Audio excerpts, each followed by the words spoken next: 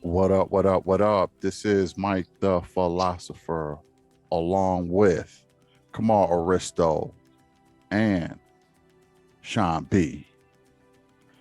And this episode talks about the genocide that was going on in Rwanda and how Rwandan genocide chemically modified the DNA of victims and victims' offspring.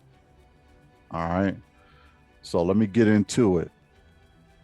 In a first of its kind study, Professor Monica Uden and Derek Wildman of the College of Public Health looked at the entire genome of Tutsi women who were pregnant and living in Rwanda at the time of the genocide and their offspring, and compared their DNA to other Tutsi women pregnant at the same time and their offspring who were living in other parts of the world. So Tutsi women in Rwanda, Tutsi women out of Rwanda, and they had different DNA, but I'm gonna get into it.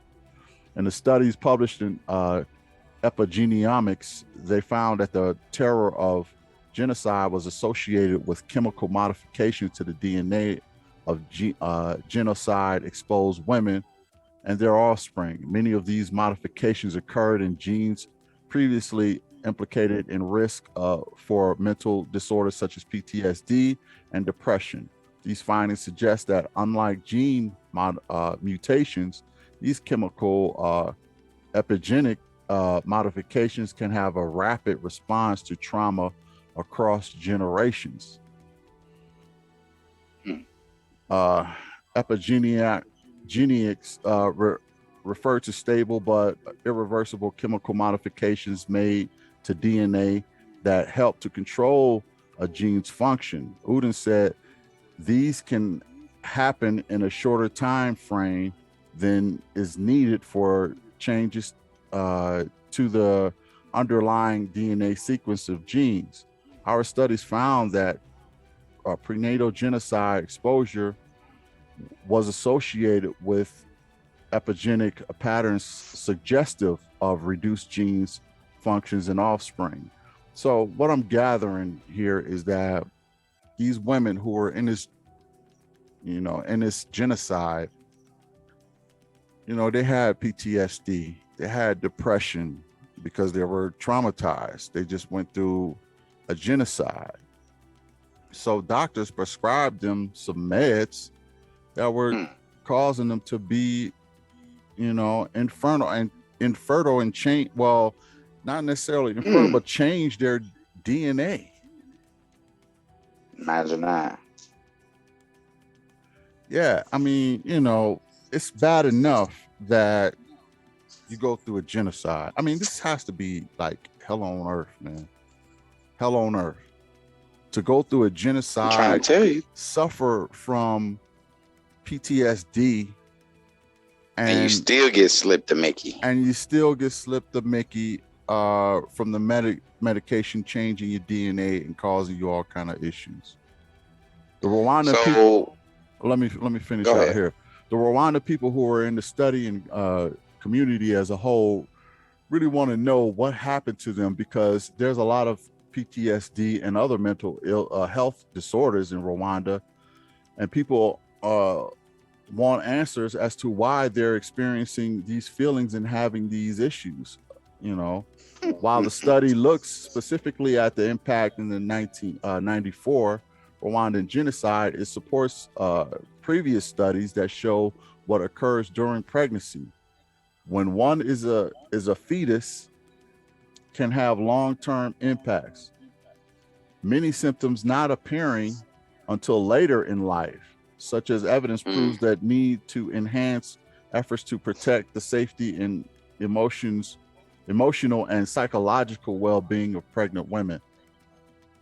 Research point out that individuals who were in utero during the genocide are starting to have children of their own, and they hope to soon look at whether or not the trauma was had a epidemic impact on the third what is that? At the third generation. So they want to make sure that, you know, even though the women were pregnant and they had kids, they want to see how it impacts the grandkids, I guess, to see if it still changes the DNA. You know, I mean, shoot, I got a good question. I mean, I'm sure the Nazi scientists was giving them all types of medicine too. Like, why ain't I studying them? Why is, outside of that, I'm not even gonna be betting. Yeah. This article proves that through so-called medication that is supposed to help, if it's coming from that background, if it's coming from the powers that be, it's not to be trusted. And here's why. These women, like you said, were already dealing with something. And while dealing with something, they were still fed something that was going to hurt them. With the whole thought that it would help them. Furthermore, now I can't say for fact that it was solely the medication by itself, but what we do know is that trauma, because it was said about the slaves in America that same trauma, that PTSD, that anxiety that was created during those times is a generational thing. You walk around and these young kids got anxiety through the roof, and it's kind of scary, right? You got the Metro PCS going on, Sean. Hey, you in the Matrix, bro. You in the Matrix. Be annoying, and can you hear me? Bro, can you hear me, Sean? You in the Matrix? I can hear you. Okay, yeah, you went through the Matrix there. You was, yeah. Put your phone near. I can't see your picture either. Put your phone near a window or something. So yeah, so you get better reception. What do you think of this though, Ski? Are you surprised? I'm not surprised. Excuse me. No, I'm not surprised at all. I am not surprised. In 94, dig that. Wasn't that long ago? Just like the Tuskegee experiment. Yeah, it's pretty much another Tuskegee experiment. Yeah. That article was from 94. Yeah, well, no, the article's not from 94, but the genocide was in 94. And so the study was thereafter, but yeah, so now we look at it now. We in 2021. We got this. Oh my gosh! 22. I need a. 22. I know it takes a while to get used to. But when was the article written? It's in 22. We in 2022. Okay, well, they wrote this article in 22. They wrote this article at the time of this recording. They wrote this article in January 12th. Oh, okay. Well, yeah. Either way it goes, we facing the same situation. Yeah. We basically that's I'm getting to that, but yeah, it's just on a whole nother level now. But that sounds like eugenics to me. Yeah. Yeah. Ooh, what is that? Did we teach them that, Cuzzo? Uh-oh. Did we dive into some things we wasn't supposed to do? Let me not get you riled up. You know. Yeah, man. Go ahead, Ski. But they discredit that as unscientific, you know, because of what it was doing, and it's racially based, you know, during this century or whatnot, and it's targeted towards, you know, the so-called people, disabled people, and minority groups. So yeah, they do what they doing over there to them people, you know, they do that everywhere, you know, and they was doing it back then to them people and during the Hitler times and whatnot. So they just adopted that, you know, from they so-called scientists. So let me say this, man. Let me say this, and this is to all minorities. If y'all don't trust the medical field, and y'all don't trust the jab and things like that, I totally fucking get it, man. Totally get it. Totally understand. To have some of this stuff is your choice, your body, your decision. And if you don't feel comfortable, if you don't trust certain people, I totally get it. I mean, it's just ridiculous that, it has to be this way. But you talking about people who are dealing with trauma. Mm-hmm. I mean, it wasn't a genocide. First of all, the genocide was even started by outsiders. Okay, there were the Tutsi, and then there were another group. I forgot the other name. Do y'all remember the other name? Like Tutu or something like that. But the point is, they were getting along well. They actually considered themselves an entire family at one point in Rwanda. They were getting along fine. But one side was a little light-skinned. One of the tribes was a little light-skinned, and the other tribe was a little dark-skinned. So influencers came into Rwanda and said, hey, we like the light skins. Y'all closer to us. So we're going to treat y'all special. And all of the dark skinned ones, they ain't your friends. So they actually put a wedge. It was pretty much a divide and conquer situation. So, and unfortunately, the people let it work. Because what it ended up doing is pinning the tribes against each other until it got to a point where it's a genocide. Now, I'm not going to claim to be an expert on Rwanda, the Rwandan genocide. As a matter of fact, I love Rwanda. I would like to visit there, maybe even move there one day, because because of the leadership that's there now. With Paul Kagame. So I know part of its past is that genocide. And when I do, because I plan on going there, I will go there and I will visit the genocide museum that they have there, because I'm very interested in the people and the land. But what I'm saying, go ahead. Let me ask this question. At what point in history was it shown that people of African descent can trust those of European descent? I mean, in a time of crisis, at a time where you're hurting, right? Who did they turn to? And it was like, okay, sure, fine. I'll take what you're providing me, thinking that it'll help.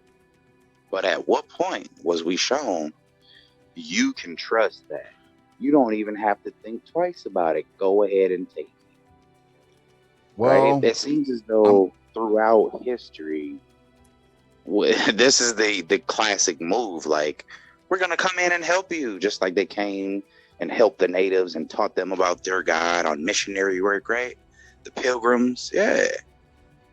It's like classic. And I don't want to, like, sound like I'm spreading, hatred or anything like that. I'm just saying, it's like, look, it's never really been in our cards that they're working in our favor, ever. And I wish I could argue that point, but I can't, because the thing is this: pretty much from the beginning of time, or I should say, beginning of humanity, melanated people, especially us, were considered to be not only knowledgeable, physically superior, and things, and more creative and things like that, but there were always other races that were always, I would say, jealous. of that. You know, what you get one brother as president, and the whole is funny. I'm not saying that a lot of them didn't vote him in, but at the same time, the ones who didn't vote him in, he was detested because he had swag. And, you know, he didn't move like, you know, he didn't move like a Clarence Thomas or something like that. He didn't move like him. So there was a lot of, our people has always been hated on. A lot of it is due to some jealousy. I can't even really think of no other reason. Now, some might say, oh, well, who would be jealous of y'all? Y'all ain't nobody. Y'all, you know, y'all, have you looked at Africa? Right. I know some people who would say that. Yeah. But the thing is this, you know, first of all, give me your theory as to why you think that is, though. Just your personal, just give me 2 or 3 good reasons as to why you would think the whole world, seemingly. Now, before you give me, go ahead, run it. The thing is, a lot of people know that we started humanity and civilization. That is a thing that is hard. You can't really get over that hump, okay? Because you can't claim the first man. You can't claim to be the most knowledgeable. You can't claim you can't claim any, you know, ownership over humanity or history or anything. Okay, so whoever was the first man has pretty much ownership of this world, and we've been every place. But the thing is that, but here's the thing: there's always going to be a level of jealousy. Now, at the same time, some people say, "Well, oh, look at Africa; they live in mud huts and this, that, and the third." But the thing so did the Mayans. Yes, so did the Mayans, and you know, Caucasians lived in caves. Okay, so if we want to go there, but the thing is this, I mean, it's just facts, and I'm not, you know, it's just facts. But the thing is, there's always a potential of an uprising. Okay, there's always a potential of you see, the thing is, a lot of you know, not even just African Americans, just Africans all over the world, they forgot who they were, and they want to keep it that way. A lot of people want to keep it that way. That's why they don't teach a lot of the history. Okay, you go to school, you don't learn African history. You hardly even learn African American history. They don't want you to learn a lot of stuff, because what happens is, psychologically, when you know you're the stuff, you act like you're the stuff.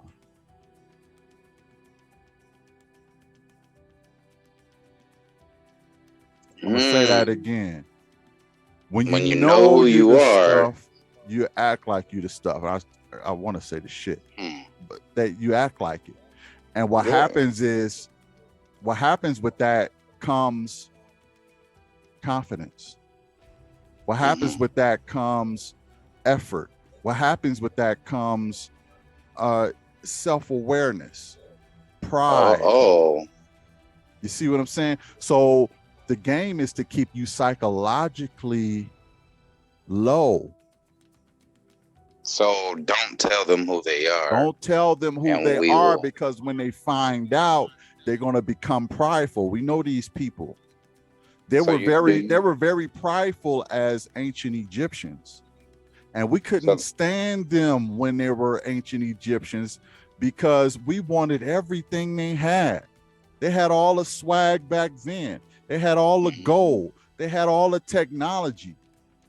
And we could not stand that. The only thing we could do is steal everything they had. So now we psychologically think we the stuff. That's why we got all the tech. That's why we got all of the money, the gold. We had to create our own money and fool the world. Hold on. Wait a minute. So wait a minute. If we act like them, we might be like them, huh? Kind of like the Jewish. Exactly. There was an experiment done. Hold on, let me finish. There was an experiment done, and it was in a classroom. And the classroom, it was all Caucasian people, right? And it's a woman called Jane Elliott. I'm sure y'all heard of her.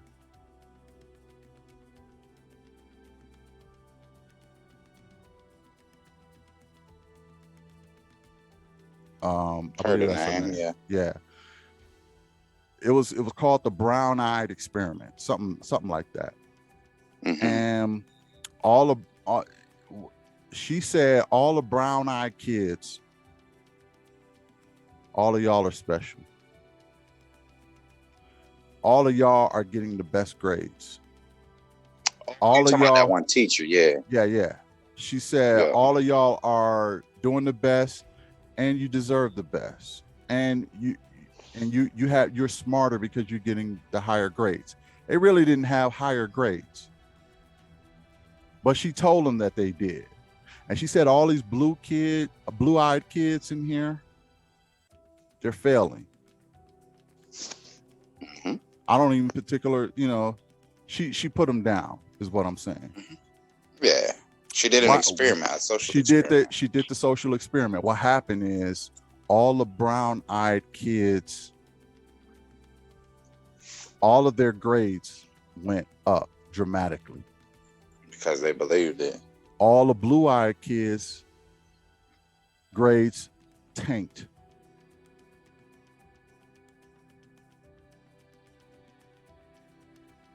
Because they believed it. So let me ask you this. You are what you believe you are and what you know you are. If I tell you two different cultures, you're going to believe that. If I tell you ain't nothing else to go off of. Right. If I tell you ain't nothing, you're going to believe you're nothing. But if I tell you are part of a bloodline, bloodline that goes all the way back to the first human. Yeah. And God intended for only you to exist. I tell you, and I give you the full history on it. And I tell you a Hebrew, you have a full culture that you're supposed to be acting like.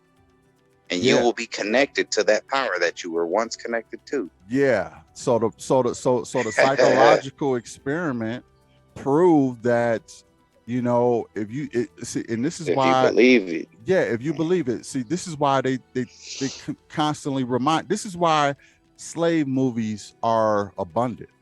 You could find a whole bunch of slave movies. You can't find not a one of black people being ancient Egyptians, really. Even when they write about they're gonna be white. Ancient Egyptians, yeah, that's what I was gonna say. Even when they make a movie about ancient Egyptians or whatever, they ain't black. Yeah. You see what I'm saying? So they want to hide who you are. You go to Egypt, you see all of the tombs, nothing but black people on the walls. But they can lie to you in front of your face and say, "Oh, well, that's." The paint is old. It just faded dark. Like the point I'm trying to make is you're always going to be told that you're less than. This is why black people are on the bottom, not just because they tell us that or try to remind us of that, but because some of us actually believe it.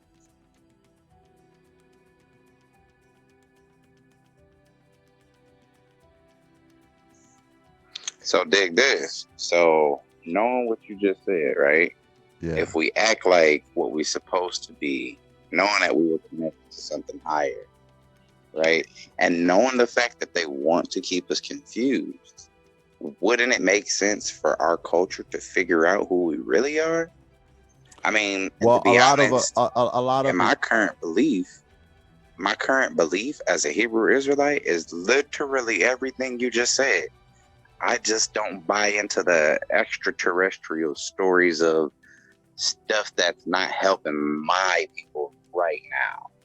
Like right now, we have a lot of young kids with high anxiety due to the trauma that their ancestors in America faced. So by telling them who they really are, you're not a color, son. You're not two different nationalities, son. You have one specific culture that you're supposed to be acting like. But there's a lot of information out there that would suggest otherwise. So it's going to take the spirit of discernment to get to the bottom of who you really are. And it's going to sound crazy. Trust me, when I explain what I explained to you, it's going to sound very like, whoa, what? But guess what? When I say that doctors did a study of Rwanda women from a genocide from 1994 and still pulled the old switcheroo, that sounds just as crazy as me telling you that you actually come from God himself. Telling you why people who look like you, who is dark as you or darker, around the world go through similar drama. It don't matter what country they in. If they look like you, this is why. This is why. Like you said, we don't know specifically why, but I can't think of no other reason. Like, especially if this is something we taught y'all. If we showed y'all love. If, for example, in 1200, Mansa Musa, on his quest to Mecca, if you giving out gold and showing love and you bringing animals and let me put on a parade, let me show y'all who I am and what my culture brings to the table. It's just so great.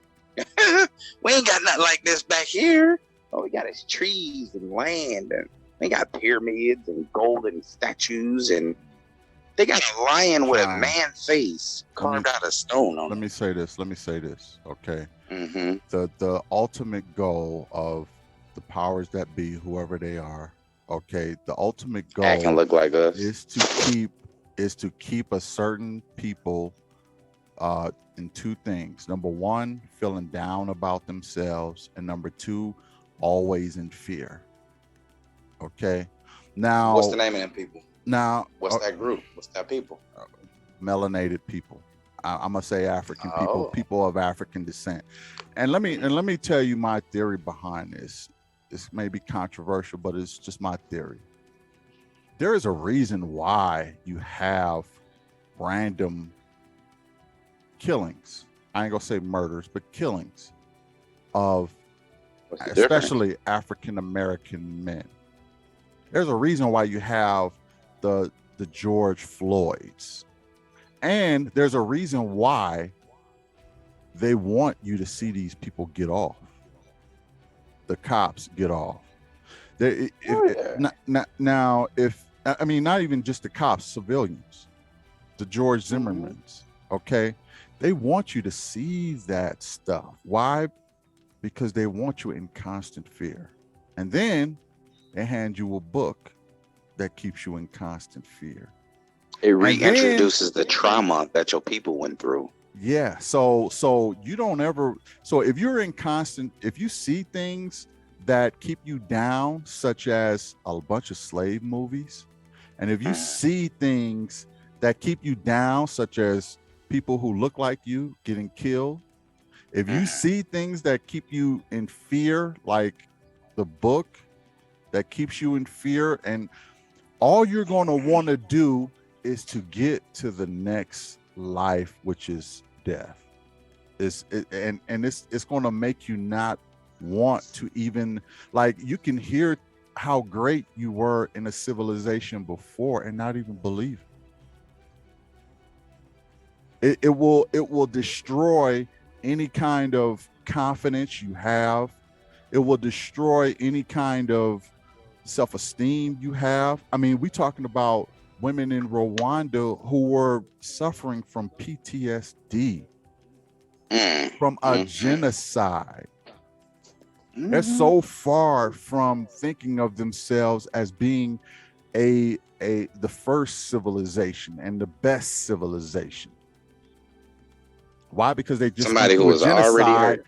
And then to add fuel to the fire, they given stuff to genetically change their DNA to the way point to kick them while they down. Kick them while they're down.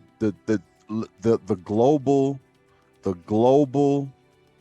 plan is to always keep you psychologically and physically down. And I wonder why though. Keep you from what? Because at the end of the day, they're outnumbered. The last thing they need you to start doing is gaining confidence in yourself, because they're physically outnumbered. Where? Everywhere. Well, I know in America, not necessarily in America, but that is all by design, okay? Because they import people in this country from countries that's like them. But countries such as Haiti and Jamaica and, oh no, you can't come in this country like that. I'm not saying that they're not here, but there is a limit to how many melanated people can come in this country. Why do you think they want a fence at Mexico, at the Mexico border? Why do you think that they putting all of us in jail? Why do you think that, they put abortion clinics in our community? Trying to keep the numbers down, man. Why do you think they're killing us in the streets? If they're trying to keep the numbers down, what makes us think we can trust this jab? If we know they're keeping the numbers down, what makes us think we can trust this medicine again? A very valid point. A very valid point. 1994, I don't know how real this was, but there was a woman who, and I seen her, again, she was a sister, and she went to the clinic to get the jab. All right. And she said, you know what? I'm not gonna get it here. I'm gonna go where I think, it's gonna be the good stuff. So she drove across town into the lighter community. And she said, okay, I'm here for my appointment. And the lady said, what? You're not one of us. I can't give you this. And she said, I knew it. I knew y'all had a different medication for us than y'all do for y'allself. I mean, I seen the woman say this.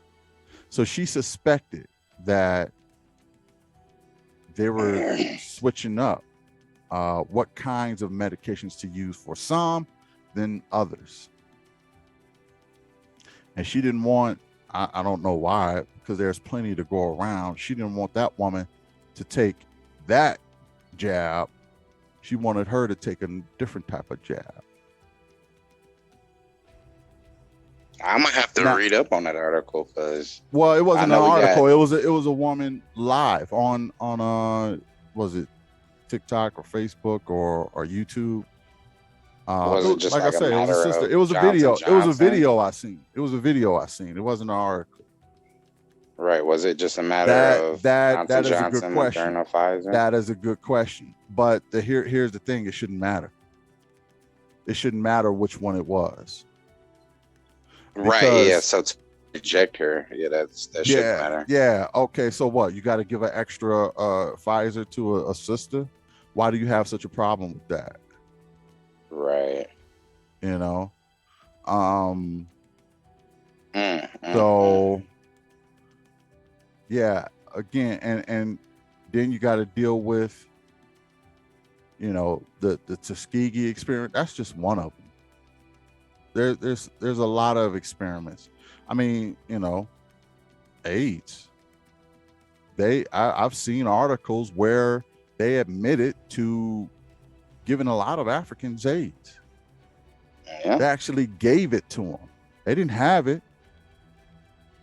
There's reports where they, you know, stopped the women in Kenya from having babies because they, you know, look, I'm not going to pretend there's not some kind of agenda to slow down the population, especially melanated people,